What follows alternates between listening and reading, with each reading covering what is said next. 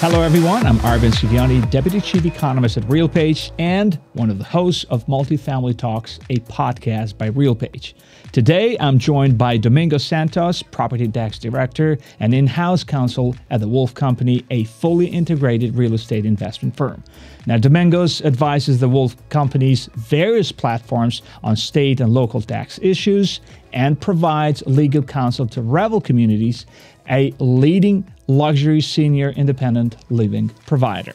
Now, in this episode, we discuss property valuations, how property taxes work, property tax exemptions, and the various incentives states use to attract multifamily developers. Now, property taxes are a crucial topic for our industry, so I had many questions for Domingos, and he shared valuable insights. Let's dive right in. Hello, Domingos, and thank you so much for being with us here for the next 45 minutes or so. I mean, a real pleasure to have you.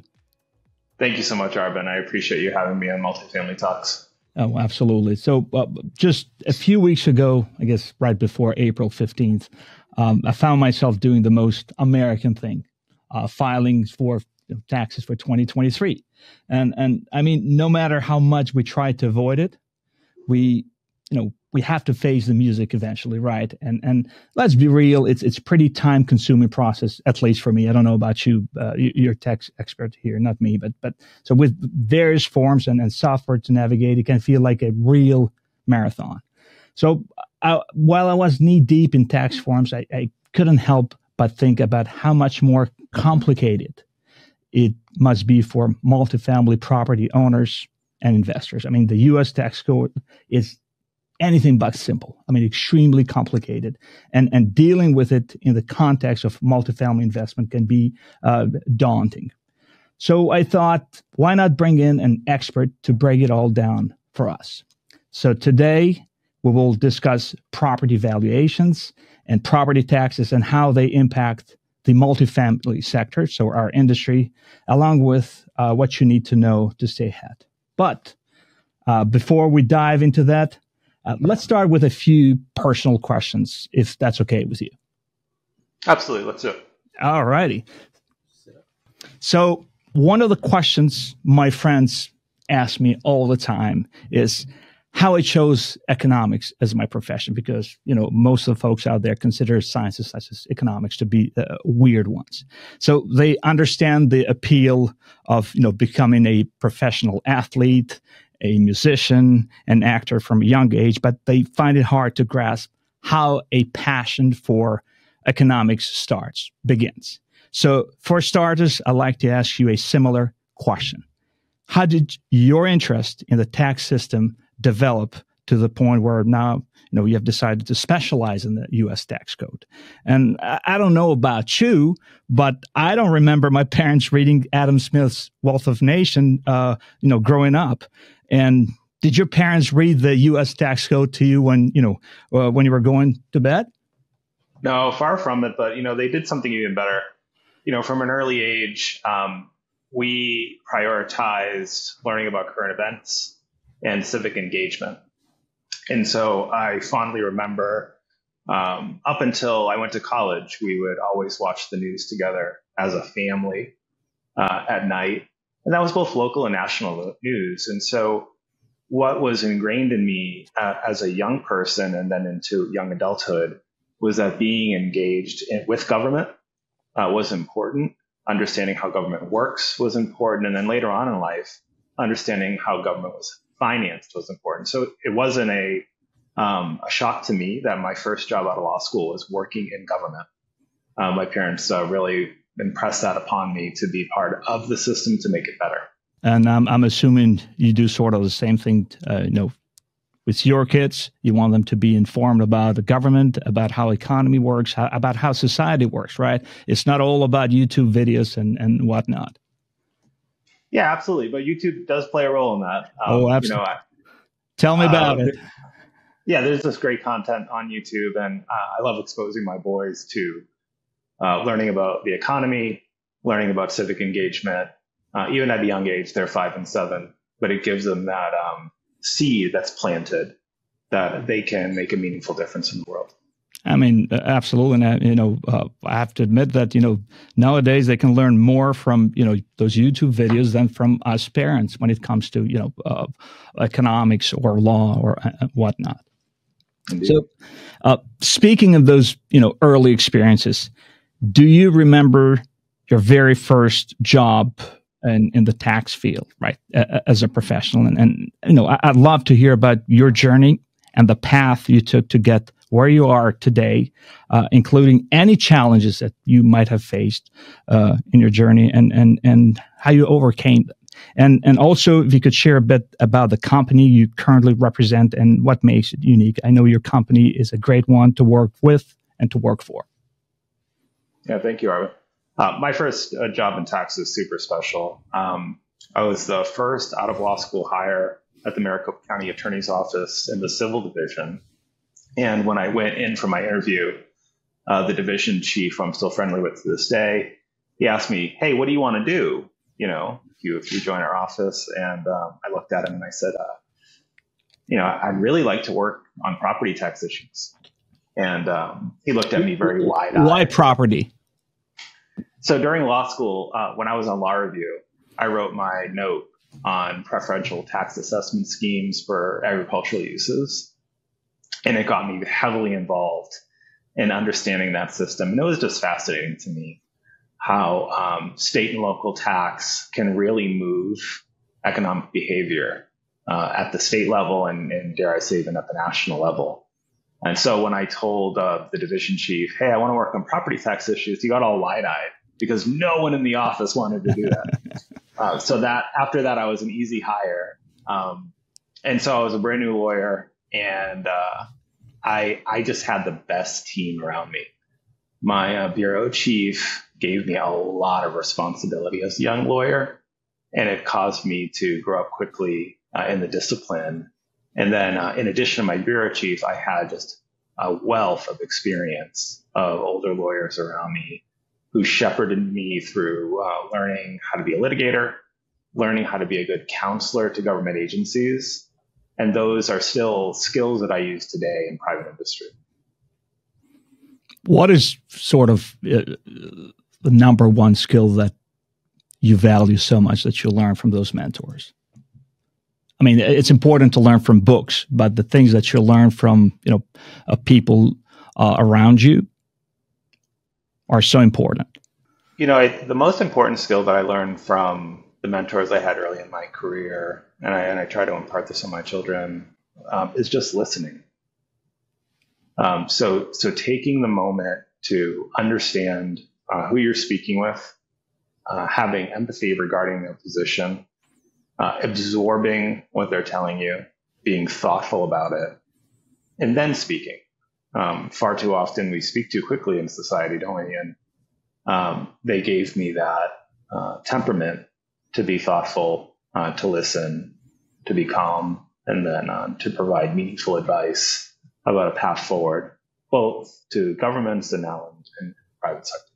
Yeah, and I guess that's the reason why we have 2 ears and one mouth. So we have to listen more and speak less.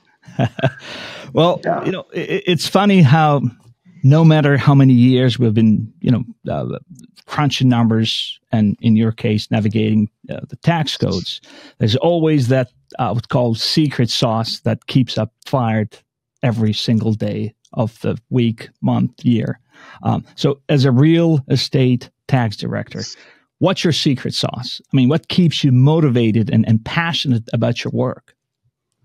Yeah, sure. Here at the Wolff Company, I oversee our state and local tax exposure for our real estate investments. And that secret sauce that I bring to what I do every day is twofold.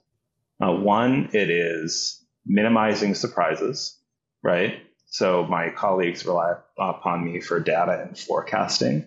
Best surprise is no surprise at all. Exactly right. Exactly right. So no surprises. And then also really working hard to have the best tax position possible in the markets that we serve. And really what that's grounded in is who I serve, right?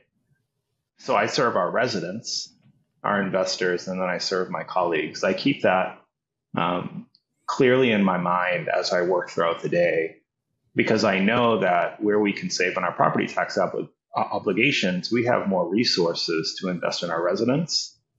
And that leads to better outcomes for our investors, and then ultimately provides us a platform that we can all work in and engage in our craft.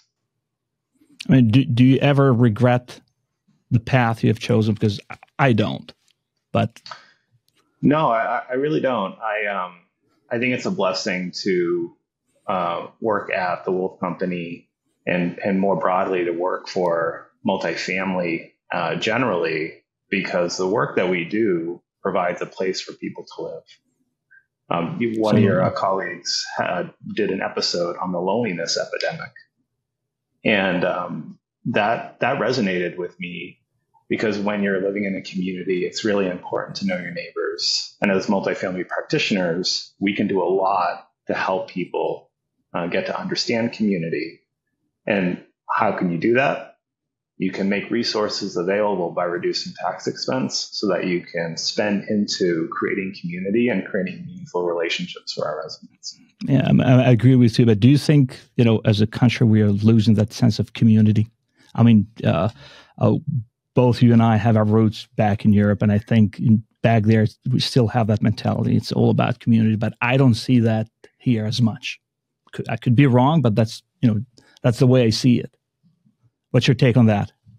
Yeah, my guess is that, like most things, like most observations about society, right? We're not the first generation to make that observation, and so those types of things are cyclical over time. And we will have moments in our country's future, like we've had moments in our past, that bring us together and remind us that we are better together and we are better in community. So I'm hopeful of that in the future. Yeah, totally agree with you.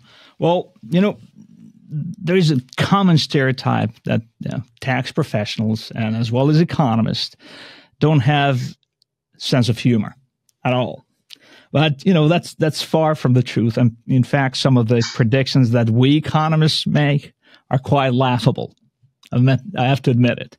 So to prove those skeptics wrong, let's share a joke each, or I'll share one. And if you have one after that, fine. Sounds good? Sounds good. All righty. So here I go. So two economists are walking down the street, having fun, and they pass by a pile of dirt. And one economist turns to the other and says, well, if you eat that dirt, I will pay you $20,000. And him being an economist says, he thinks about a minute and then, decides to take to eat the dirt because, $20,000 is a lot of money. So he bends down and eats the dirt. So a little while later, they pass another pile of dirt. And now the second economist turns out to the first one and says, well, if you eat that dirt, I will pay you $20,000. So the first economist thinks about it and realizes that, he can get that $20,000 back. So he bends down and eats the dirt. Now, after walking a bit further, the first economist says, well, hey, you realize that we both ate a ton of dirt and neither of us is any richer now? Well, the second economist replies, yes, but we increased the GDP, so we increased the economy by $40,000. How about that? Well, I'm not too good at delivering jokes. Certainly ask my wife on that and she'll confirm that. But what I can say is to the two economists, if they came to me, I'd minimize their tax bill. How about that? All righty. Well, it wasn't me, so... but if it happens in the future, I'll definitely contact you. So now that we have lightened up the mood, let's dive into something that I think is critical in our industry. Can you walk us through how property tax valuations are determined across different states? And what are the different methods? I'm not an expert in tax valuation and evaluations. I will never be, but I know there are various methods like the cost approach, sales comparison, income approach. So, and how do these methods ensure fairness and accuracy? And I know it's a fully loaded question, but please take your time to answer it and just understand that our audience including me, are not as familiar with the U.S. tax code as you are. Yeah, certainly. So most states in the U.S. seek to value property for property tax purposes at market value, and they will arrive at market value through one or a reconciliation of more than one approaches to value. So that's going to be the sales comparison approach, the income approach, or the cost approach. Using these market-based approaches, and I'm going to key in on the sales and the income approach throughout our conversation, it can result in some equity issues via like similar property types. So two property types that would be of interest to your listeners would perhaps be like senior housing on the one hand, and then 55 plus age restricted apartments on the other hand. Most jurisdictions in the United States will value senior housing based upon the cost approach because they understand that there's intangible business value in those property types. Those property types offer. When you say most of them, any percentage? When you say most of the states? Quite more than half. Excellent. It is well settled that seniors housing has intangible value because they have an operating business within the property that's providing meals, providing entertainment, and all these types of things. And so seniors housing gets that benefit of a cost approach valuation. Now, an adjacent property types, 55 plus apartments, are oftentimes valued via the income approach. And so where we see that inequity lie is those senior apartments will oftentimes carry a higher property tax burden than an adjacent property type of seniors housing, like senior independent living. And so that can create some inequity, that can create some friction, especially when you consider the rents that are charged in those two particular property types, with seniors housing charging higher rents because they're delivering more services, and 55 plus age restricted housing, all things being equal, charging lower rents, but having higher per unit property tax obligations. Other jurisdictions are required to follow a state mandated valuation methodology.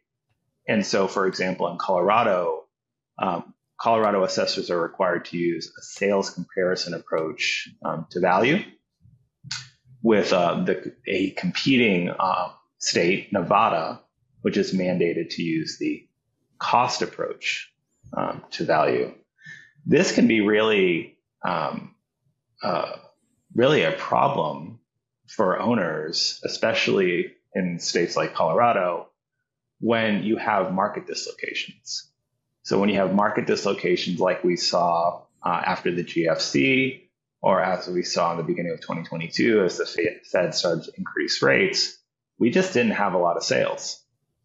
And when you don't have a lot of sales and you're a Colorado assessor and you're forced to use the sales comparison approach, you can sometimes miss the mark as to where you set those property tax valuations. Isn't that the case even now? I mean, not a lot of sales going on. Absolutely. And so assessors are, to be sure, doing their job blindfolded, if you will.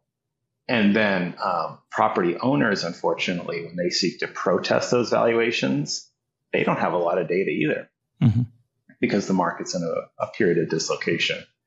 Nevada, on the other hand, utilizing the cost approach, that's data that we always have good indications for.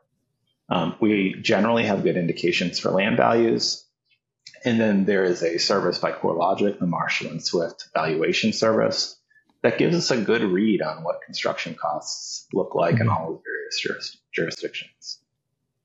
So continuing on valuations, there are several ways to value multifamily properties. So could you explain sort of the main approaches and how they benefit both property owners, right, and local government budgets?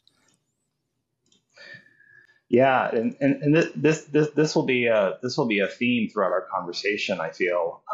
So generally, multifamily properties throughout the United States are valued on the income approach.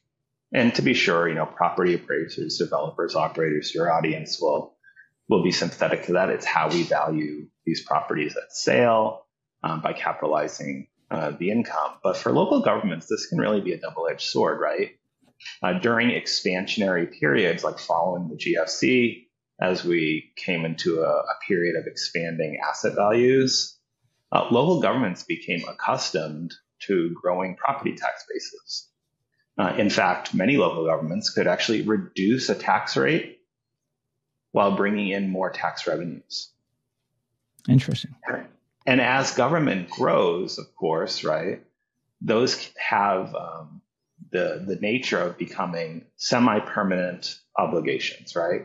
So a government maybe creates a new program, certain constituents start to rely upon it, and the next thing you know, you have a market dislocation, right? Whether it be a recession or perhaps a severe recession, and valuations start to come in because the jurisdiction is using the income approach, which is subject to market cyclicality.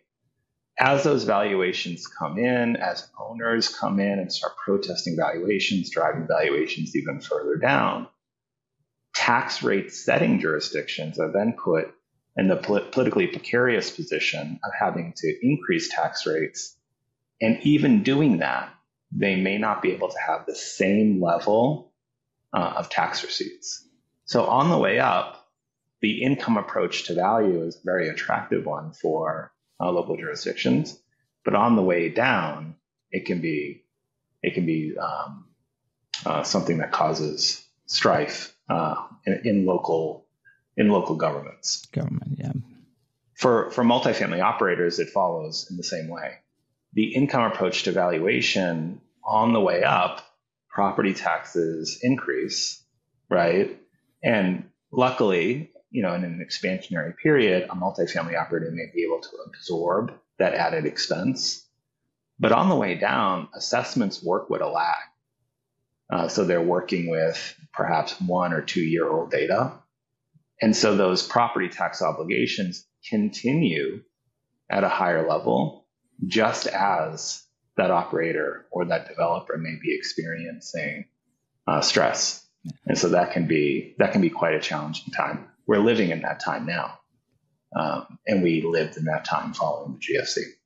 Right. But how long will this last? Your thoughts on that? It's going to be interesting. The world that we live in of multifamily real estate is largely a function of the cost of money. And so you're the economist, so I'll leave that up to you as to when the Fed will begin rate normalization. When they do, we'll see those animal spirits form again. Yeah, I'm having a call with Chairman Powell right after this.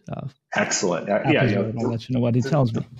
Three-way that call so that we can all engage in that. Absolutely. Well, as homeowners, right, we get extremely excited when the value of our homes go up, right? Mm-hmm. But that also means higher property taxes, and that's the sad part of it, right? Not all of us, or maybe none of us, would really like to pay higher taxes, but it is what it is. So my question to you is, how often do states typically revalue properties? And in your opinion, what would be the sort of ideal revaluation cycle to keep things, let's say, fair and accurate? I mean, are there any states that do this particularly well? Arizona, Texas, Alabama, New York, so on and so forth. Yeah, this is a challenging topic because, folks who are in the property tax world, whether they're on the government side or on the private practitioner side, I think there would be unanimity of opinion that annual revaluation cycles are the preferred method, right? You're marking to market every year where real estate values are, which sets your property tax base, and then taxing jurisdictions can make the political choices of where they set tax rates. But revaluing property every year is expensive.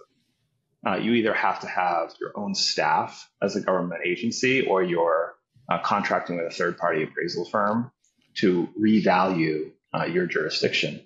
And in some jurisdictions, especially those that are more tertiary in nature, you don't really see a lot of valuation change from year to year. And so there are jurisdictions that engage in multi-year valuations. Jurisdictions like North Carolina, Colorado, and Connecticut, to name a few. The challenge, though, with that is that in expansionary periods, you get just very dramatic increases in valuation. Like So, for example, 2020s, 2021. perfect example. So in Colorado, following the asset value expansions that we saw post-pandemic, it was not uncommon to see 40% increases in value. And to be sure, you might get some help on the tax rate side of things because of such an increase in valuation, but it's not to the same degree. No. So on net, you see quite a increase in quite an increase in your overall property tax burden. Two states that I think do this really well and choose an annual reassessment cycle with a little bit of a twist is Arizona and Oregon. And so both states utilize a similar methodology. So I'll just illustrate it by referring to Arizona. So in Arizona, counties calculate two values for property tax purposes. They track a market value, right? So that they understand the cyclicality of their property tax base, but that value is not taxable. Instead, there is a secondary taxable value that is set at construction completion or was set back in 2015 when this law was enacted. And that valuation grows 5% a year or up to 5% a year. Sometimes it'll grow a little slower. Why this is nice is that it really balances some interests that are involved. On the one hand, from the property owner's perspective, and to be sure, I think developers and operators in your audience will sympathize with this, it provides great certainty. I know that my valuation can't increase more than 5%, and historically, I can tell you what tax rates will do. So on a go-forward basis, I can accurately project what your property taxes will be 5, 10 years out. It's a great system. And for jurisdictions, and we're seeing this in Arizona now, for jurisdictions in recessionary periods where we pull back those valuations, their property tax base is still going up 5%. So at a time when their constituents need them the most, especially the folks who face economic challenges amongst us, at the time when their constituents need them the most, they are not presented with the issue of, oh gosh, our property tax base is going down. In fact, they're presented with the issue of our property tax base is expanding, so they can meet those needs. So, when I look at who does it the best, in my view, annual reassessments with the assessment caps that Arizona and Oregon have implemented is the best way to remove market cyclicality and that volatility out of the system and serve the needs not only of property owners, but also of local governments and their constituents. Is there any state or jurisdiction that is following that path? Yes, Arizona and Oregon. We had a new entrant as well, Alabama. Alabama just passed an assessment cap, a 7% per year assessment cap. California as well. California also has an assessment cap. But both California and Alabama, they do revaluations on sale, which really create inequity in their systems. And so I wouldn't mark them as models that other states would want to follow. Instead, I would look to Arizona and Oregon. I work on the other side of multifamily, but closing property deals, I would assume it's exciting thing, right? Both for buyers and sellers. It's a process that takes a lot of time and a lot of resources.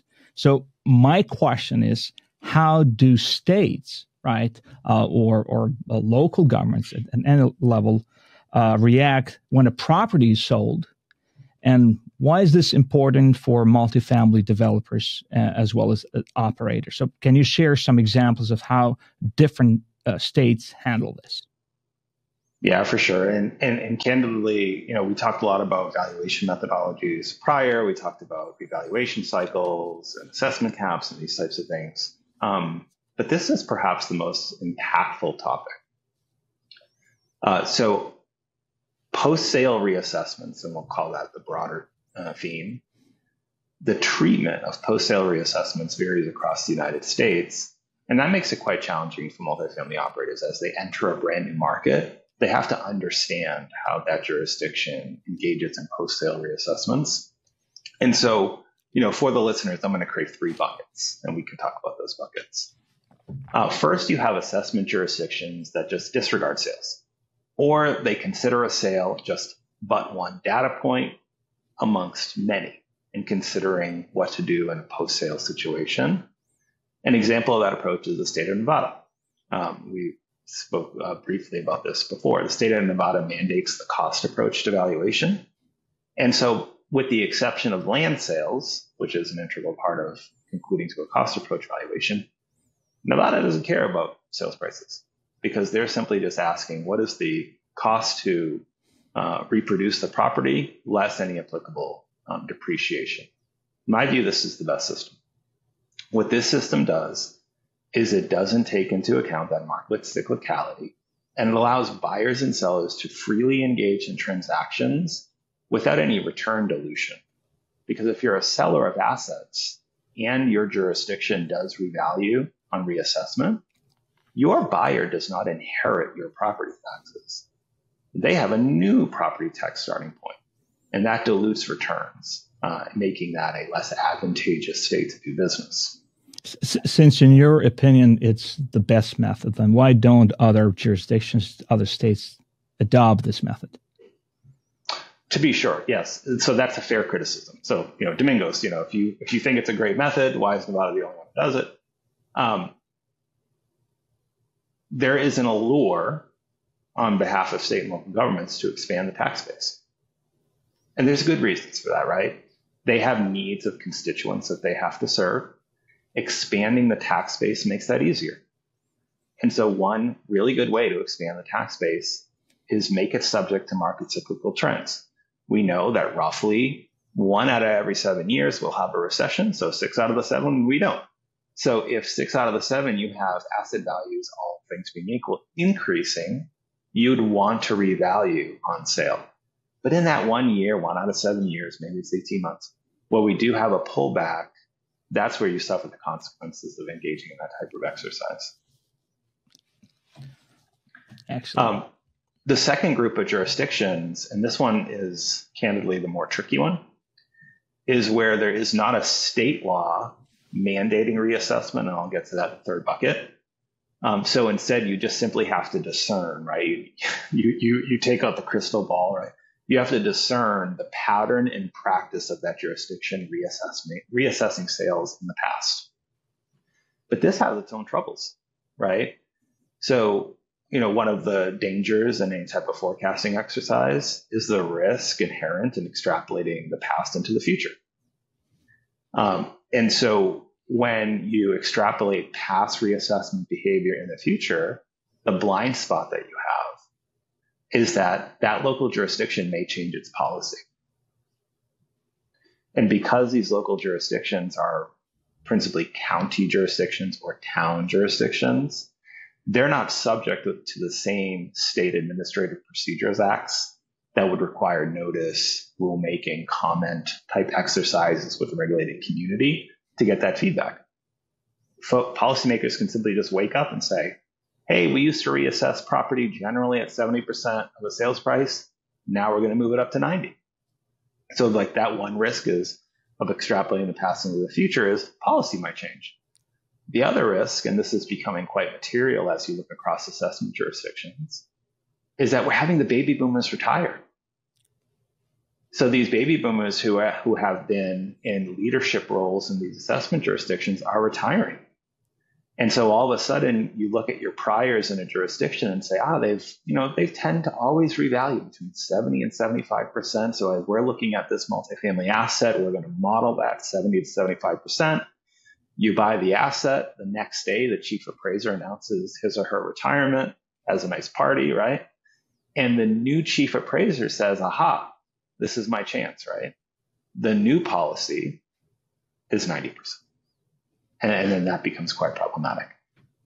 So I'm not a big fan of those jurisdictions because the only clarity that they give to the regulated community is what they've done in the past with no commitment to do it in the future. In the third bucket, as I alluded to, are jurisdictions that mandate reassessment behavior. And two come to mind there, and they treat the issue a little differently, and it's important to highlight for your audience. In California, under Proposition 13, property valuations are reset at market value. Typically, that's the sales price, right?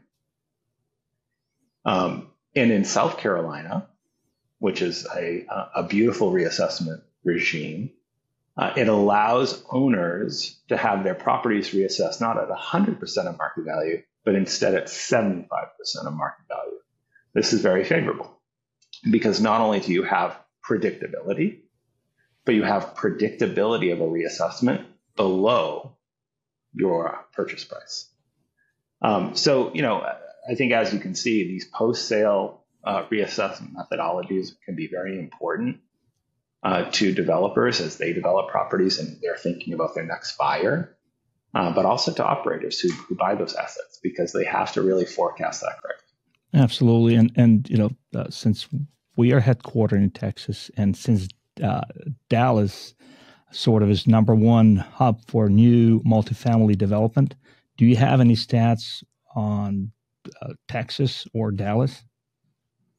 Yeah, so Texas jurisdictions, they vary wildly, to be quite clear. So in Dallas County, we oftentimes see 80 to 85% reassessments. In Tarrant County, that can kind of clip up to 90. If we go to Collin County, that can become an 80%, call it 80% reassessment. Down to Harris County, call it 85. Travis, 95. Williamson, 90.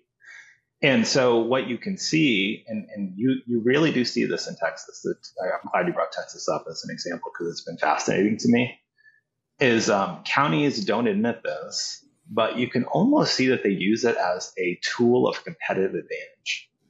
And I'll use Collin County as an example because it's just north of you guys. I live in Collin County. Beautiful. I love Collin County. So to all the friends out there in Collin County.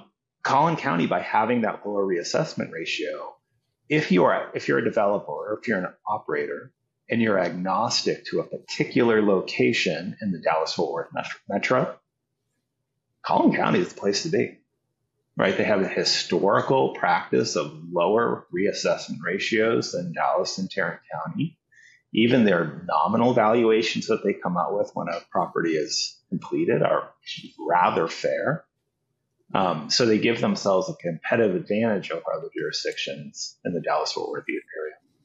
So you're telling me I should not move out of the county ever? Don't move, and if you're going to develop multifamily, develop it in Collin County. All righty. Thanks for the tip. Well, let's switch gears, and now some states have what we call preferential assessments for residential uses. So can you explain what that means and how states, and let's speak on Colorado and as well as Arizona, since you mentioned earlier, use these policies to benefit multifamily developments? Yeah, to be sure. And I'll start out from the gate. The multifamily industry is a huge benefactor of preferential assessments for residential uses. So I'm glad that they occur for my own interests, but standing back in theory, right, they do create inequitable results. And in a perfect world, they shouldn't exist. But like you said, Arizona and Colorado are two jurisdictions in the Western U.S. that provide an assessment preference for residential uses. And so they're taxed at a lower percentage of their assessed value. Commercial properties, on the other hand, are taxed at a higher percentage of their assessed value. Both Colorado and Arizona have been seeking to remedy that, but they're not at parity. Arizona is much closer than Colorado, and Arizona, in my view, will eventually reach parity over time. Colorado, because you live there. Well, the legislature has been on a steady march, I would say, over the last 15 years to reach parity.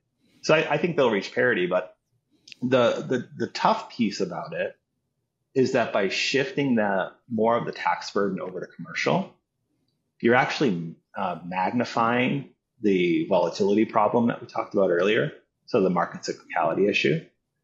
When you shift that burden over to commercial, we know that in pullbacks or recessionary pullbacks, ex GFC, of course, Property valuations tend to decline more on the commercial side of the thing because it tends to impact business activity more. And so as you shift that property tax burden over to the commercial side of the house, when you do have those pullbacks, they just magnify. So Colorado in this last legislative session sought to bring down assessment ratios, but they brought down both. And so that magnification problem still exists. In the Northeast, they do it in a different way.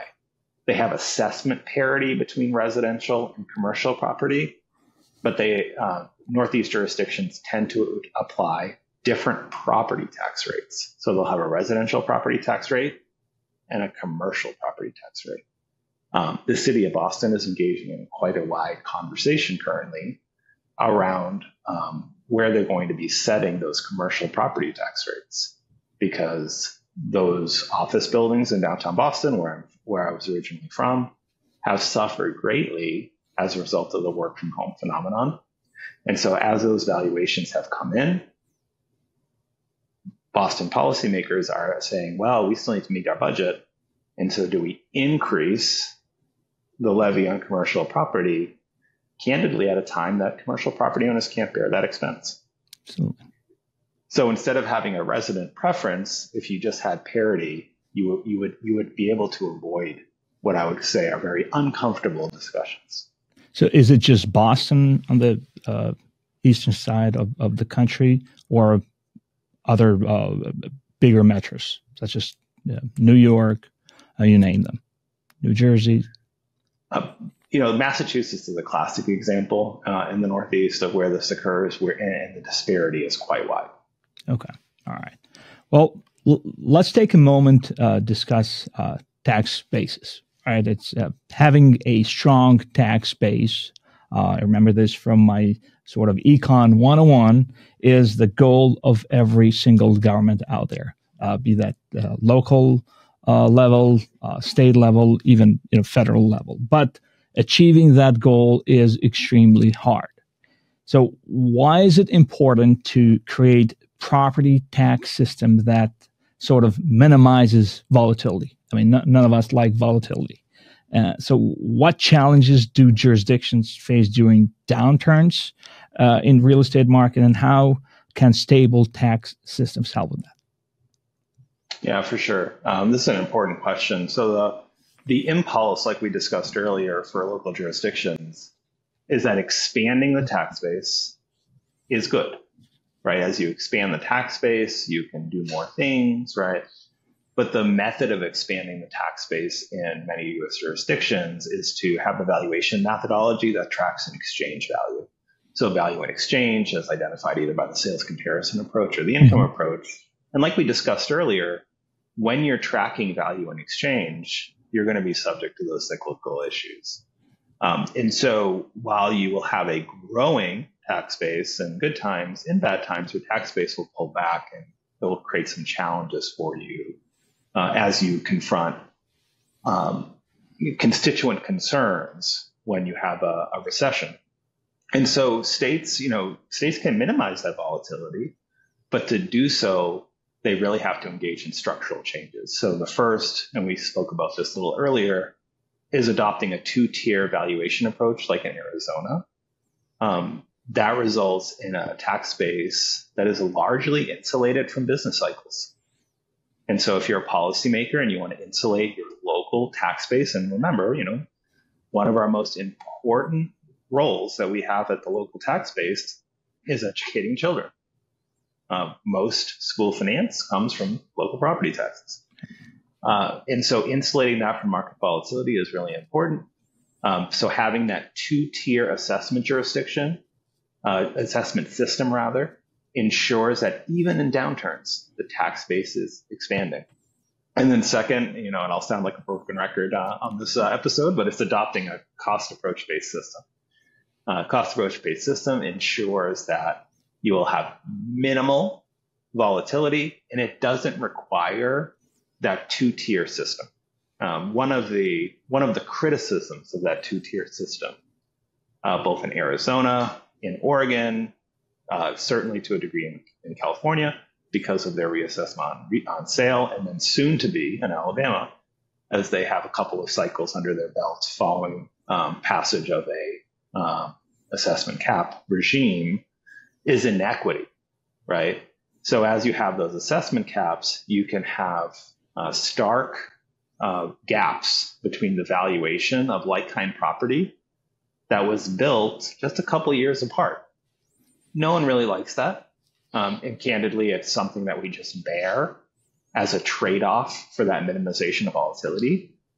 When you use the cost approach-based system like Nevada uses, you don't have that inequity to that great of a degree, and you minimize volatility. So while we are on the topic of valuations, I just had a question. Like, often when we receive our property tax bill, right, we might not agree with the assessed value and consider appealing. I know I've done that myself a couple of times. So what trends are you seeing in property tax appeals for multifamily operators, and how do different jurisdictions throughout the country, let's again pick on Texas and let's say California, handle this process as the biggest states in the nation? I mean, what advice would you give to developers facing high property tax assessments, and also what advice would you give to me? Yeah, of course. Yeah, so in Texas, we'll start with advice to you, right? So Texas, just appeal your valuation every year. Texas, in their state constitution, has a fair and equitable clause, which requires not only that property be valued at market value, but it be fair and equitable with like-kind values. So Texas practitioners engage what are called equity appeals. And those equity appeals allow you to reduce the value even when, candidly, your valuation may be reflective of market, but other valuations of like-kind properties are lower. So the advice to you, of course, is just file an appeal every year. But broader appeal trends is that anytime we see a pullback in real estate values, whether it be post-GFC or following the Federal Reserve embarking on interest rate increases in 2022, we see a big uptick in property tax appeals. And that's not because property owners are greedy, right? Let's lay that on the table as a first principle. It is a functional part of the property tax assessment system. Property tax assessors are following state law. They're great people. I know many of them, and they do a great job. But by virtue of that, they're relying upon data that is 1, sometimes 2 years old. So in the beginning of a recessionary, a pullback cycle in our business cycle, they're relying upon priors of the peak of the expansion. And so in 2022, when the Fed started increasing rates, those valuations were based upon 2021 values, top of the market, right? And so multifamily operators and developers, they were facing the challenges that came with higher financing costs. They see their valuations come out, sticker shock. And when they go to the professionals who help them with these types of things, they're saying, hey, my property's not worth that anymore. Interest rates have increased a couple hundred basis points. What can you do for me? And the unfortunate conversation after that is, well, the valuation is based upon the value of your property on January 1st, 2022. And to get that value, we either rely upon income data from 21, which looked great, or sales from 2021, which equally looked great. So that is what creates some real friction following economic downturns. So that sets the stage. That's your trend piece, right? In expansionary periods, you'll see appeals, but not as many. In downturns, you'll see a big cloud of appeals. In terms of how jurisdictions handle appeals, Arben, there is really 2 buckets here. And we'll use Texas and California as examples because it's important for your listeners to understand this. The first bucket are jurisdictions that resolve appeals within the assessment year. This sounds like this should be the standard, right? Absolutely. If you get your valuation notice and you appeal, you should be able to resolve your appeal before you pay the taxes. You can do that in Texas. You might have some spillover if you choose to litigate an appeal, but you can do that. You can do that in Texas, and not only do it, but do it reliably from county to county, from year to year. Right? That is a state and county commitment that is made to staffing those central appraisal districts adequately so that they can handle all of those appeals. The second bucket, though, in California is a great but unfortunate example of this, is jurisdictions that take years to resolve appeals. And this is no shade on the good folks in California who work for assessment jurisdictions, because they do a great job at what they do, but they're strained on resources. What that results in, Arben, is appeals that can last 2 or sometimes 3 years just to conclude at the administrative level. So by the time you finish an appeal, especially if you're a developer, so for the folks in the development community who are listening, you may finish a development, a beautiful multifamily development in Los Angeles or San Diego or San Francisco. You may have leased it up, and you may have since sold it to your next buyer, but you still have a property tax appeal pending from when you got your base year value. That's an unfortunate result, and it's a frustrating process. I'm hopeful that the California legislature will address this at some point. They haven't to this day. But again, this is not a shade on California, because they do a great job. You say it takes 2-3 years. Has it been like this forever, or has it become more pronounced lately? In my professional career, it has always taken at least well over a year. And in recent years, it's taken 2 to 3 years. Now, post GFC, that was even longer. Wow. But ultimately, which we should strive for, and again, coming from the assessment side of things, where I started my career, I'm always very sympathetic to that community.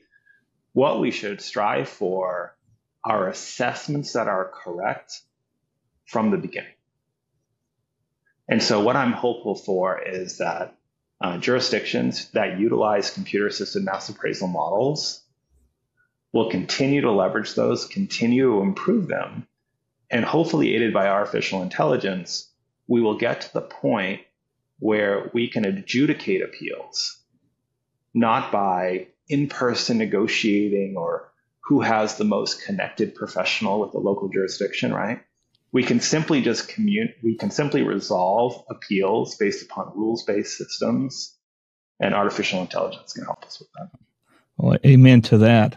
I think this is a perfect time to talk about tax incentives and affordable housing. I mean, for many years, states, even other local governments, have used property tax incentives to attract multifamily developers. So can you share some examples and explain how effective these incentives have been in promoting development? And additionally, could you provide examples of state and local jurisdictions offering property tax exemptions and abatements for affordable housing, which is a pretty big topic now, as it should? Yeah, of course. And this is the topic that's near and dear to my heart. I'm in the process now of forming a nonprofit organization around this to provide technical assistance to jurisdictions that want to engage in these types of incentives. The name of the organization is called Flourish Living. I encourage practitioners to learn more about that, to be sure state and local jurisdictions also to learn more about that. But yeah, let's talk about some of those incentives, because let me tell you, Arben, they have worked so well to solving housing affordability. Let's start with California. California, late last cycle, some practitioners in California worked with county governments and worked with the state lawmakers to create a facility where local jurisdictions could sponsor the issuance of bonds, private activity bonds, to purchase stabilized multifamily assets. So it was a capital markets event to purchase completed stabilized multifamily assets via a bond issue where the underlying collateral for the bond was the income from the property that was purchased, right? And what was so beneficial about this with regard to creating affordable housing is that because the tax-exempt bonds were used to purchase the property, and because then the property was government ownership, it became tax-exempt. And what we will find, and this is super important for listeners, I'm going to harp on this a couple times in responding to this question.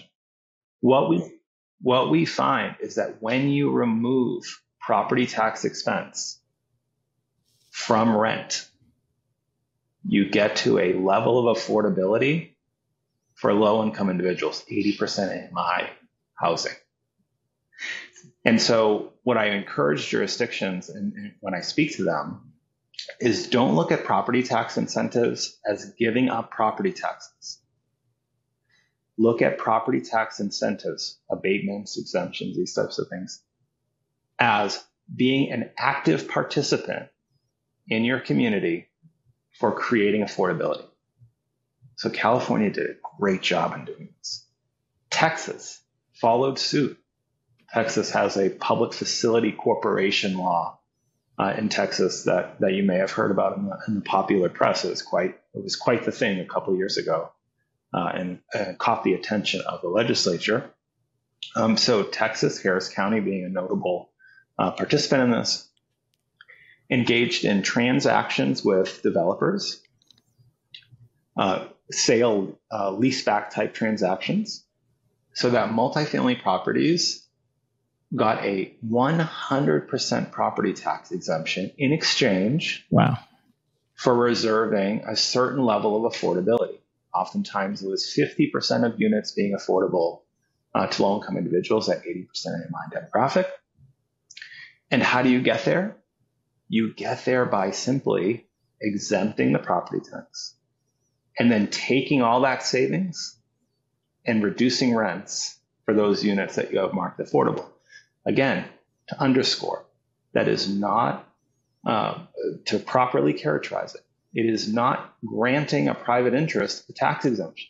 Instead, it is a local government saying, we are going to actively participate via our power to tax so that we can create affordability for brand new, highly amenitized product.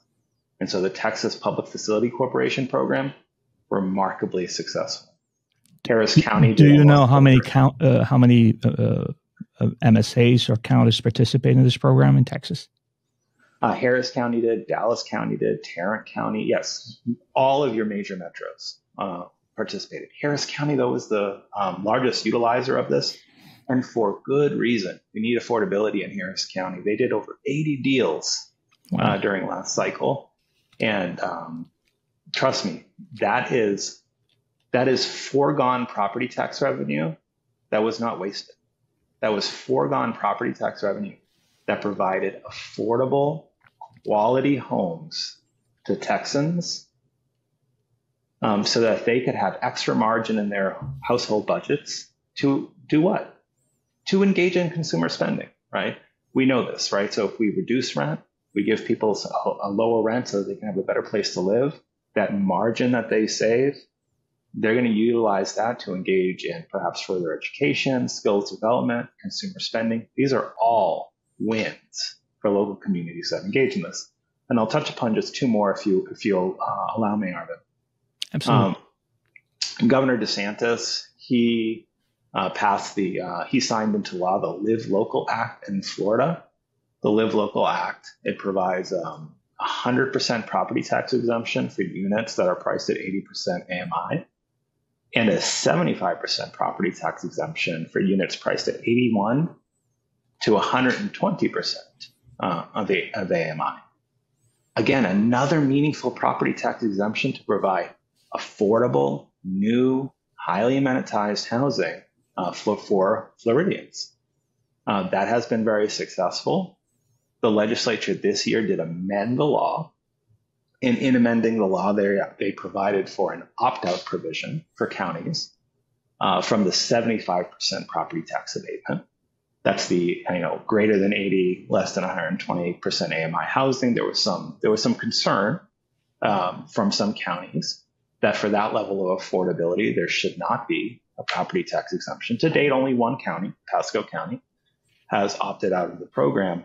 But what I found so profound about that amendment is that even amongst some uproar regarding the Live Local Act, the legislature chose to leave intact the 100% exemption for 80% AMI housing. I applaud Florida for that because they understood that it's really important to make sure that folks who are in that 80% AMI zone can have quality, affordable, highly amenitized places to live. So I applaud them for that. The last one, South Carolina.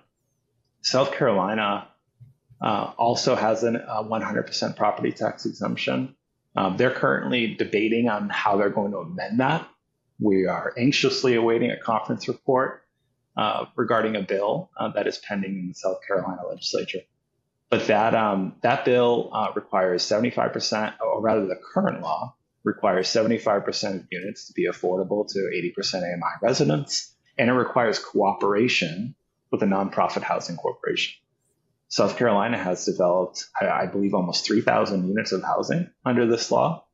And even with the proposed amendment that's being discussed now, that would curtail the exemption a tad bit, it will still greatly serve folks in South Carolina. So those four states, California, Texas, South Carolina, and Florida, are doing excellent work, and they understand. And then, I'll say it again because I want to underline it and bold it and all these other things. It's not giving up property tax revenue. It is making a public policy choice to invest that property tax revenue in creating affordable housing. Excellent. And then let's hope that more states follow suit to offer these kind of programs. So as we wrap up our conversation, I love to get a bit more personal, right? It's fascinating to reflect on the different paths our lives could have taken. And if you hadn't pursued a career in real estate tax, what other profession do you think you might have chosen? And I mean, did you have a secret passion or a childhood dream that you once considered following? And please don't tell me that you wanted to become the greatest soccer player out there, even better than Ronaldo or Messi. Well, being of Portuguese descent, I'll certainly join you in putting Ronaldo's name before Messi's name. But no, soccer was not a dream of mine. You wouldn't want to see me on the soccer. I'm surprised to hear that. I'd be falling all over the place. To be sure, though, Arben, and I'm envious of your profession. I really wanted to be, in my studies in finance, I really wanted to be an economist.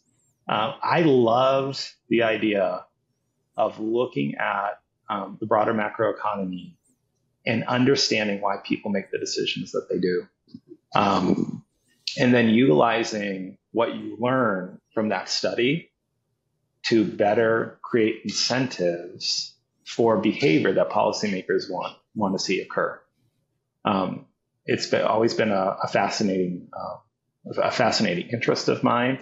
I am thankful that I get to express it as a lawyer and as a property tax practitioner, because as you can see from our prior discussion, we can use incentives to move behavior. So whereas developers may have not have been induced to build affordable housing, we can induce them via these tax exemptions. So had I followed my secret passion, I would have been a PhD economist as opposed to a lawyer, but that wasn't the path that I went down. Well, Domingos, I have to admit that I've learned more about property valuations and property tax in the past hour or so than I have in the past few decades. And I know we have just scratched the surface. And thanks again for sharing your insights. And hopefully we'll be able to have you back again in the near future. Thank you so much. Thank you so much, Arben. Thank you to you for inviting me on. Thank you for RealPage for hosting Multifamily Talks. These discussions are critical to moving our industry forward. Totally agree. Thanks for joining us for another episode of Multifamily Talks, a RealPage podcast.